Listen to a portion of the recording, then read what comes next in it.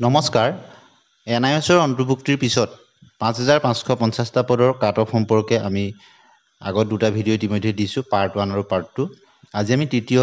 পাৰ্টটো দিবলৈ লৈছোঁ আজি আমি কাট অফ হিচাপত আলোচনা নকৰোঁ আজি নতুন পদ্ধতি হিচাপত টোটেল নম্বৰ আপোনালোকৰ কিমান সেই সম্পৰ্কত 55ৰ পৰা 65ৰ ভিতৰত থকা প্ৰাৰ্থীসকলৰ আশা আৰু সম্ভাৱনা অৰ্থাৎ যোৱা বছৰৰ তুলনাত এই বছৰ এই 55ৰ পৰা নতুন পদ্ধতি মতে 65ৰ ভিতৰত থকা প্ৰাৰ্থীসকলৰ আশা আৰু সম্ভাৱনা ডিষ্ট্ৰিক্ট কোনখনত কিমান আশা আৰু সম্ভাৱনা আছে পূৰ্বৰ মেধা তালিকাত কি কয় আপোনালোকৰ পৰা পোৱা কমেণ্টসমূহৰ পৰা কিছু তথ্য লৈছোঁ আমি এই সকলোখিনি দিশ চাই আমি এটি বিশ্লেষণ আগবঢ়াবলৈ চেষ্টা কৰিম আপোনালোকে ইয়াক কাট অফ বুলি নধৰিব কিছু কথা আপোনালোকে আমি তথ্যভিত্তিক ব্যৱহাৰ কৰিম পূৰ্বৰ মেধা তালিকা আৰু আপোনালোকৰ কমেণ্টছ লগতে এই বছৰৰ তালিকা কাষ্ট অনুযায়ী কেটেগৰী অনুযায়ী যিখিনি ভেকেন্সি তালিকা সেইখিনিৰ তথ্য গতিকে পলম নকৰি আমি ভিডিঅ'টো আৰম্ভ কৰিছোঁ প্ৰথমে আমি লখিমপুৰ জিলাখন লৈছোঁ লখিমপুৰ জিলাত যদি আমি চাওঁ OBC আৰু MOBC যোৱা বছৰ 29টা পোষ্ট আছিল এইবাৰ 41টা আছিলে গতিকে এই 29টা ভিতৰত কিমানটা 55ৰ পৰা 59 আৰু 60ৰ পৰা 64ৰ ভিতৰত সিলেক্ট হৈছিল সেই কথাটো চালে আপোনালোকে গম পাব যে OBC MOBC 29টা পোষ্ট আছিল আৰু তাত যিখন মেধা তালিকা আছিল এটা নতুন পদ্ধতি মতে 55ৰ পৰা 59ৰ ভিতৰত থকা 12জন সিলেক্ট হৈছিল অৰ্থাৎ আমি নতুন পদ্ধতি মতে যদি চাওঁ তেওঁলোকৰ 55ৰ পৰা 59% থকা টেটৰ মাৰ্কছ থকা তেওঁলোকৰ প্ৰাৰ্থী সিলেক্ট হৈছিল অৰ্থাৎ টেটত যিসকলৰ 55ৰ পৰা 59% আছিল তেনে ধৰণৰ 12জন সিলেক্ট হৈছিল গতিকে পোষ্ট আছিলে 29টা গতিকে OBC MOBCৰ ক্ষেত্ৰত এইবাৰ যিহেতু 41টা পোষ্ট আছে গতিকে বহুতেই ক'ব বিচাৰে যে 55 59 এনেকুৱা থকা প্ৰাৰ্থীসকলে নাপাবই নেকি যোৱা বছৰ 12জন সিলেক্ট হৈছিলে 29টা পোষ্টতে আৰু 60ৰ পৰা 64 অৰ্থাৎ লেছ দেন 65ৰ ভিতৰত 7টা অৰ্থাৎ 12 হাতে আমি যদি চাওঁ 19টা পোষ্ট 55ৰ পৰা 65ৰ ভিতৰত আছিলে মাত্ৰ 10টা পোষ্টহে 65ৰ পৰা 70 বা 70 প্লাছত আছিলে OBC MOBCৰ ক্ষেত্ৰত গতিকে আপোনালোকে চিন্তাৰ কোনো কাৰণ নাই যে 55ৰ পৰা 59 বা 60ৰ পৰা 64ৰ ভিতৰত থকা বহু প্ৰাৰ্থীয়ে মেধা তালিকাত তেওঁলোকে OBC MOBCৰ ক্ষেত্ৰত অন্তৰ্ভুক্ত হোৱাৰ সম্ভাৱনা আছে এতিয়া আমি চাম SCৰ ক্ষেত্ৰত SC STৰ ক্ষেত্ৰত যদি আমি চাওঁ কাট অফটো আছিলে 199.571 পুৰণি পদ্ধতি মতে আৰু SC STৰ ক্ষেত্ৰত যদি আমি চাওঁ SC STৰ ক্ষেত্ৰত 55ৰ পৰা 17টা পোষ্ট আছিলে আৰু এইবাৰ আছে 24টা গতিকে যোৱা বছৰ 55ৰ পৰা 59লৈ থকা 4জন সিলেক্ট হৈছিলে আৰু 60ৰ পৰা 65ৰ ভিতৰত 10 অৰ্থাৎ 14টা পোষ্ট তেনেকুৱা আছিল 17টাত 14টা পোষ্টেই 55ৰ পৰা 65ৰ ভিতৰত আছিলে 3টা পোষ্টে 65ৰ এবভত আছিলে গতিকে এইবাৰ SC আৰু STৰ ভিতৰত যেহেতু 24টা পোষ্ট আছে 55ৰ পৰা 59ত থকা আৰু 60ৰ পৰা 65ত থকা আধাতকৈ বেছি সংখ্যক প্ৰাৰ্থী সোমোৱাৰ সম্ভাৱনা আছে মেধা তালিকাত গতিকে 55ৰ পৰা 59ৰ ভিতৰত থকা বা 60ৰ ওপৰত থকাখিনিতো চিন্তাই নাই গতিকে 55ৰ পৰা 59ত থকা প্ৰাৰ্থীও যথেষ্টখিনি সিলেক্ট হোৱাৰ সম্ভাৱনা আছে যদি আমি পুৰণি ট্ৰেণ্ডছখিনি চাওঁ আৰু ইয়াৰ পিছতে আমি চাম ST প্লেন্সৰ ক্ষেত্ৰত যোৱাবাৰ 21টা আছিলে এইবাৰ 32টা পোষ্ট আছিলে লখিমপুৰ জিলাৰ ক্ষেত্ৰত গতিকে পোষ্টৰ সংখ্যাটো বাঢ়ি গৈছে আপোনাৰ 11টা পোষ্ট বাঢ়িছে গতিকে ST প্লেন্সৰ ক্ষেত্ৰত 55ৰ পৰা 59 আৰু 60 পৰা 64ৰ ভিতৰত মুঠ 19টা পোষ্ট 21টাত 19টাই তেনেকুৱা আছিলে অৰ্থাৎ সৰহসংখ্যক কম নম্বৰ থকা প্ৰাৰ্থী 55ৰ পৰা 59% টেটত থকা প্ৰাৰ্থী নিৰ্বাচিত হৈছিল গতিকে বহুতেই ক'ব বিচাৰে যে কাট অফ বহুত হাই যাব কিন্তু তেনে নহয় আপোনালোকে নিশ্চয় গম পালে যে 55ৰ পৰা 59% থকা প্ৰাৰ্থী আধাতকৈ বেছি সিলেক্ট হৈছিলে 21টাৰ ভিতৰত 12টা সিলেক্ট হৈছিলে এতিয়া আমি চাম আনৰিজাৰ্ভৰ ক্ষেত্ৰত যিটো মিনিমাম টেটত 60% লাগেই গতিকে 60ৰ তলৰখিনি সিলেক্ট হোৱাৰ কোনো কথাই নাহে গতিকে 60ৰ পৰা 64ৰ ভিতৰত 125টা পোষ্টত 28টা আছিলে আৰু 65ৰ পৰা 70 গতিকে কিন্তু আনৰিজাৰ্ভৰ ক্ষেত্ৰত কথাটো অলপ বেলেগ হয় আপোনালোকৰ 125টাত 60ৰ পৰা 64ৰ ভিতৰত আমি যিটো কেটেগৰী আজি আলোচনা কৰিছোঁ মাত্ৰ 28টা পোষ্ট সিলেক্ট হৈছিলে অৰ্থাৎ আমি যদি চাওঁ 5 ভাগৰ এভাগতকৈ কিছু বেছি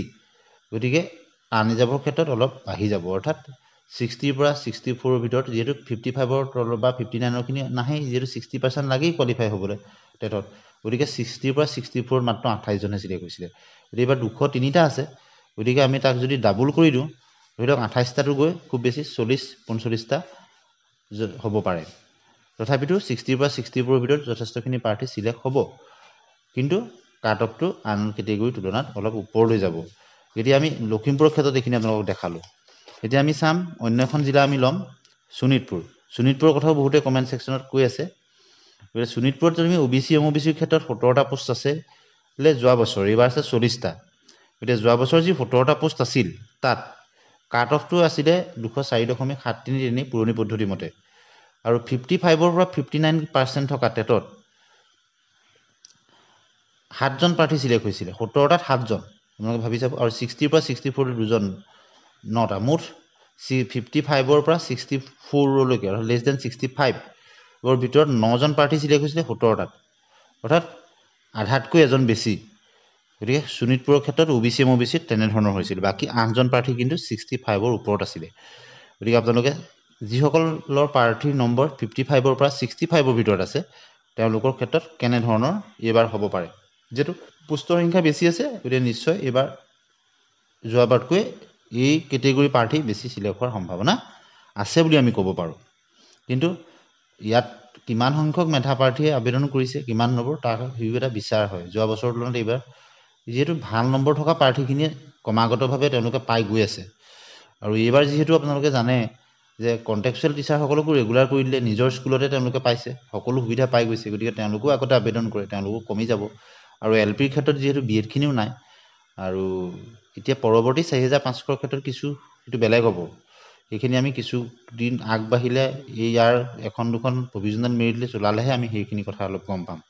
যেটো ট্ৰেন্সটো নতুন পদ্ধতি মতে 5500টোই হ'ব গতিকে এতিয়া আমি 4500টো বিশ্লেষণ কৰা নাই এতিয়া আমি এসসিৰ ক্ষেত্ৰত যদি চাওঁ শোণিতপুৰত এসসিৰ ক্ষেত্ৰত 13টা পোষ্ট আছিল এবাৰ 24টা প্ৰায় দুগুণ বুলি ধৰি লৈছো মাত্ৰ দুটা পোষ্ট কম 2 টেং 26 গতে 24টা পোষ্ট এসসিৰ ক্ষেত্ৰত আৰু যোৱাবাৰ 55 ৰ পৰা 59 লৈ তিনিজন প্ৰাৰ্থী আছিল টেটৰ পাৰ্চেন্টেজ থকা 60 পৰা 64 থকা 8 জন অৰ্থাৎ 8 11টা 24টা পোষ্টত 11টা আছিল গতিকে আধাতকৈ কিছু কম গতিকে এবাৰ যেহেতু 13টা পোষ্টত 11 জনেই 65 ৰ তলৰ আছিল অৰ্থাৎ দুটা পোষ্টে 65 ৰ ওপৰত আছিল আৰু 55 ৰ পৰা 59 লৈ তিনিজন আছিল 60 ৰ পৰা 64 পৰিসংখ্যাটো বেছি আছিল গতিকে এসসিৰ ক্ষেত্ৰতো তেনেকুৱা ধৰণৰ এখন হবে 24টা পোষ্ট গতিকে 24টা পোষ্টত আমি আশা কৰিব পাৰোঁ যে 15 জন 10 পৰা 15 জন প্ৰাৰ্থী 55 ৰ পৰা 64 ৰ ভিতৰত থাকে বা 65 ৰ ভিতৰত থকাৰ সম্ভাৱনা আছে বুলি আমি ক'ব পাৰোঁ যোৱাবাৰ পৰিসংখ্যাটো যদি আমি চাওঁ এক্সাক্টটো কোনো ক'ব নোৱাৰে গতিকে এসটি হিলছৰ ক্ষেত্ৰত যোৱাবাৰ মাত্ৰ এটা পোষ্ট আছিল গতিকে এটা পোষ্টৰ ক্ষেত্ৰত 57.33% পাইছিল টেটত থকা জনে এবাৰ 19টা পোষ্ট আছে গতিকে এসটি হিলছৰ ক্ষেত্ৰত কাট অফ 55 নতুন পদ্ধতি মতে যিসকল নতুন মুঠ নম্বৰ 55 তেওঁলোক সুৰক্ষিত বুলি আমি ক'ব পাৰোঁ যেটো এসটি হিলছৰ প্ৰাৰ্থী খুব নগণ্য খুব কম যিসকল আছে ইতিমধ্যেই চাকৰি পাইছে গতিকে যি কেইজন বাকি ৰৈছে পোষ্টে থাকি যায়গে তেওঁলোকৰ ক্ষেত্ৰত কম্পিটিশনটো বহুত কম হয় এসটি প্লেন্সৰ ক্ষেত্ৰত 11টা পোষ্ট আছিল এবাৰ এটা পোষ্ট কম 10টা পোষ্ট যদি আমি কেটেগৰী ওয়াইজ চাওঁ টেটত 55 ৰ পৰা 59 লৈ তিনিজন সিলেক্ট হৈছিল মেধা তালিকাত 60 ৰ পৰা 64 লৈ 5 জন হৈছিল গতিকে 5 3 8টা 11টা পোষ্টত 8 জনেই 55 ৰ পৰা 59 লৈ তিনিজন আৰু 60 ৰ পৰা 64 লৈ 5 জন গতিকে সেকেন্ড কেটেগৰীটো অলপ বেছি হৈছে গতিকে 8টা পোষ্ট হৈছে তিনিটা পোষ্টে 65 ৰ ওপৰলৈ গৈছিল গতিকে এবাৰ যেটো 10টা আছে গতিকে এবাৰ ধৰি লওক আপোনাৰ লেছ দেন 8 অৰ্থাৎ 8 জনতকৈ কম কিন্তু 5 জনতকৈ বেছি প্ৰাৰ্থী হয়তো আহিব বুলি আমি ক'ব পাৰোঁ 55 ৰ পৰা 64 ৰ ভিতৰত একজেক্ট সংখ্যাটো আমি ক'ব নোৱাৰো যোৱাবাৰৰ লগত বিশ্লেষণ কৰিলে আমি তেনে ধৰণৰ হ'ব পাৰে বুলি আমি ধাৰণা কৰিব পাৰোঁ আনৰিজাৰ্ভৰ ক্ষেত্ৰত 49 পোষ্ট আছিল শোণিতপুৰত এবাৰ 223টা পোষ্ট আছে গতিকে শোণিতপুৰৰ ক্ষেত্ৰত এবাৰ 5 গুণমান পোষ্ট হ'ব গতিকে যোৱাবাৰ 60 ৰ পৰা 64 লৈ 8 জন আৰু 65 ৰ পৰা 69 লৈ 8 জন 16 জন হৈছিল 49 জনত তিনি ভাগৰ এভাগ পোষ্ট আছিল এই 60 ৰ পৰা 64 ৰ ভিতৰত গতিকে এবাৰ আমাৰ ধৰি লওক ইয়াত কম্পিটিশনটো বেছি হয় ওভাৰ পোষ্ট আছে গতিকে 60 পৰা 65ৰ ভিতৰত হয়তো 30-40 কেণ্ডিডেট তেনেকুৱা আহিব বাকীখিনি হাই কেটেগৰীত যোৱাৰ সম্ভাৱনা আছে যেহেতু আনৰিজাৰ্ভৰ ক্ষেত্ৰত 200 পোষ্ট হ'লেও ধৰি লওক 223টা পোষ্ট আছে তাৰ ভিতৰত 50ৰ ভিতৰৰ প্ৰাৰ্থী 60 পৰা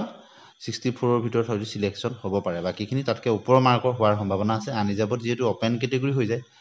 জেনেৰেল কাষ্টৰ পৰা আদি কৰি অন্য কেটেগৰীখিনিও আহি যায় অপেন কম্পিটিশ্যন হৈ যায় গতিকে যথেষ্ট ভাল স্কোৰিং কৰা প্ৰাৰ্থীসকল আহি যায় ইয়াত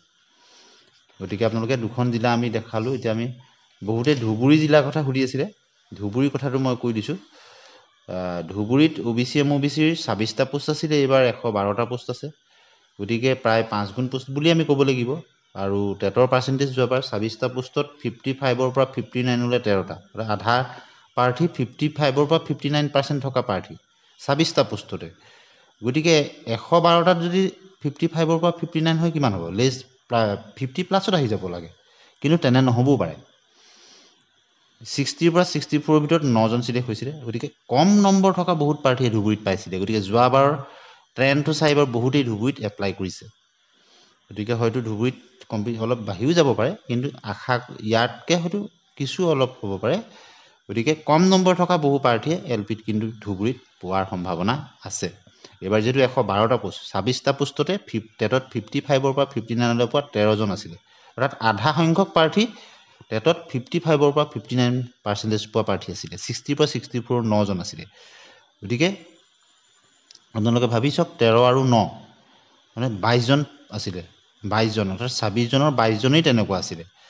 অৰ্থাৎ লেছ দেন 65ৰ প্ৰাৰ্থী আছিলে গতিকে এইবাৰ যদি তেনেকুৱা ধৰণে হ'বলৈ হ'লে বহু সংখ্যক প্ৰাৰ্থী হ'ব অৰ্থাৎ 60-70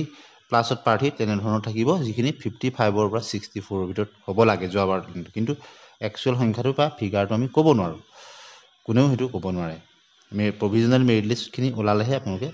কিছু আইডিয়াটো পাব গতিকে আমি পূৰ্বৰ পৰিসংখ্যাটোৰ লগতহে কৈছোঁ SCৰ ক্ষেত্ৰত যদি চাওঁ 16টা পোষ্ট আছিলে এইবাৰ 28টা পোষ্টৰ সংখ্যা যিহেতু 12টা বাঢ়ি গৈছে আৰু SCৰ ক্ষেত্ৰত ধুবুৰীত 55ৰ পৰা 59লৈ 9জন আছিলে 60 পৰা 64লৈ 3জন গতিকে 16টাত 9জন 55ৰ পৰা 59 গতিকে অৰ্থাৎ আধাতকৈ বেছি 55ৰ পৰা SCৰ ক্ষেত্ৰতো 59ৰ ভিতৰত আৰু 60 পৰা 64লৈ 3জন গতিকে 12টা পোষ্ট 16টাৰ ভিতৰত এই কেটেগৰীত সোমাই গৈছে 55ৰ পৰা 65ৰ ভিতৰত গতিকে SCৰ ক্ষেত্ৰতো কাট অফ কমাৰ সম্ভাৱনা আছে ST প্লেইনছৰ ক্ষেত্ৰত যদি আমি চাওঁ ST প্লেইনছৰ ক্ষেত্ৰত 30টা পোষ্ট আছিলে এইবাৰ 78 দুগুণতকৈও বেছি 3 গুণ বুলি আমি ধৰিব পাৰোঁ দুগুণ আধা বেছি গতিকে যোৱাবাৰ কাট অফখিনি কেনে আছিলে 55ৰ পৰা 59লৈ থকা প্ৰাৰ্থী 24জন চিলেক্ট হৈছিলে টেটৰ পাৰ্চেণ্টেজ থকা 60 পৰা 64লৈ 5জন গতিকে 30টা পোষ্টত 24জন 55ৰ পৰা 59 টেটত পাৰ্চেণ্টেজ থকা প্ৰাৰ্থী চিলেক্ট হৈছিলে 30টা পোষ্ট আছিলে মাত্ৰ 30টা গতিকে এইবাৰ 78ৰ যদি তেনে পৰিসংখ্যা হয় কিমান কম নম্বৰ থকা প্ৰাৰ্থী চিলেক্ট হ'ব